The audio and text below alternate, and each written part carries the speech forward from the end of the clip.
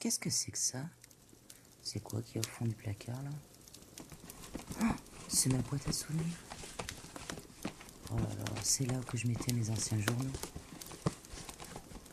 Je sais pas si je devrais les lire. Celui-ci date de juillet 93. J'avais 14 ans en juillet 93.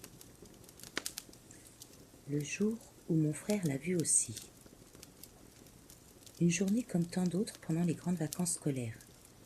Mes parents travaillent jusqu'à début août, donc ce mois de juillet est synonyme de liberté pour une adolescente de 14 ans comme moi, qui aime particulièrement partir en vadrouille toute la journée avec mes amis.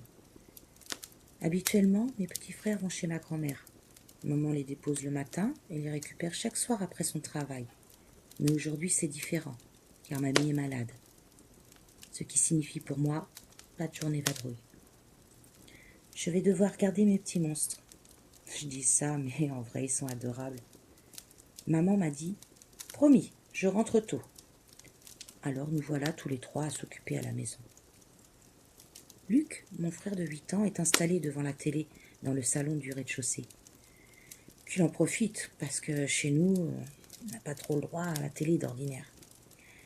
Et Paul, qui a 6 ans, est gentiment dans ma chambre à l'étage avec moi.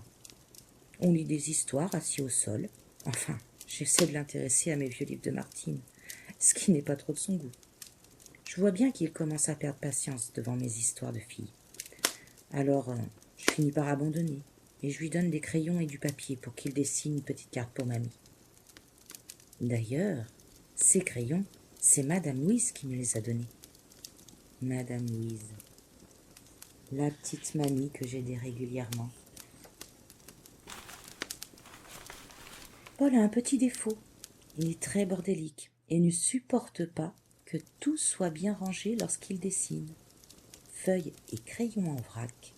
Mais bon, ça ne me dérange pas vraiment. Je suis un petit peu comme ça aussi.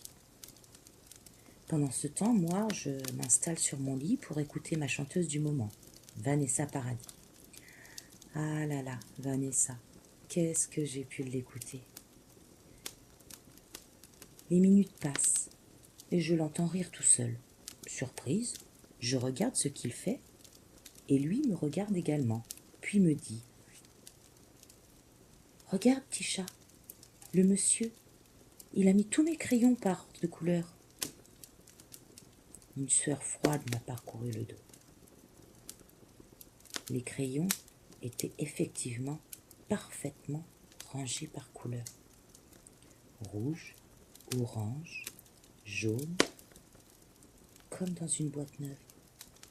Pourtant, Paul était incapable de ranger quoi que ce soit. Et nous étions seuls dans la chambre.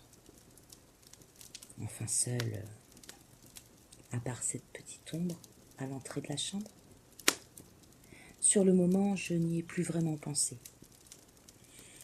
Mais quelques années plus tard, un autre événement étrange allait faire ressurgir cette histoire de crayon.